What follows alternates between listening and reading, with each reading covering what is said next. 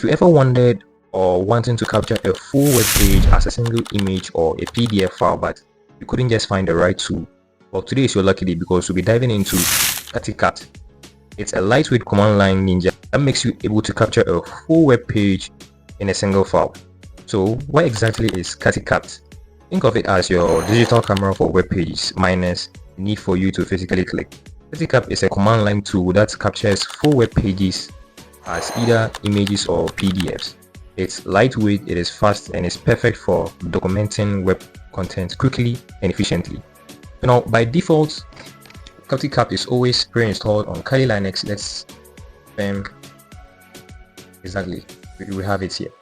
So by default, it is installed on Kali Linux. But however, if you find yourself in a situation where it is not installed on Kali Linux, you could simply type in apt install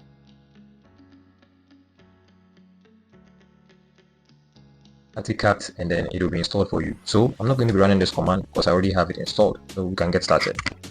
Alright, so now that CutyCapt is good to go, let's capture our first web page. So before we capture a full web page, let's open up a terminal. Let's open up our web browser so that we get an example of a web page we could capture. So let's say image. Alright, so let's just go ahead and get ourselves any of the URLs right here, so we could just go ahead and capture an image. I'm just going to go ahead and right click on this, and then I'll copy the URL. So now that we have our URL, we could just open the directory we want to save in our file. So I'm just going to open it as root, and then I'm going to right click, open up a terminal right here. Let me bring this down here, and then I'll call up CutyCapt. So CutyCapt. Alright,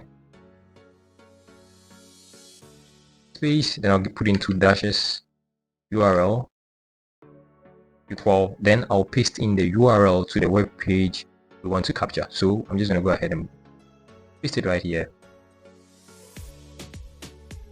Now followed by a double dash again, and then we'll specify that the output, the name of the output should be extension right here. PNG is actually the file extension we want it to be saved in. So if you wanted it in JPEG, we could choose JPEG. If you wanted it in PDF, we could choose PDF, and if you wanted it in PNG, we could use PNG. So we're just going to leave it PNG, then I'll go ahead and enter. So it is done, and then our image has been captured successfully right here. We named it cut, and then we have it cut here. So if you open it, you can see that our image is right here. So that's how we use CutyCapt for capturing web pages as an image, and also to identify site responsiveness. And if you found this tutorial helpful, don't forget to subscribe and click on the like button, because it really helps the channel grow. Thank you for watching, and see you in the next tutorial.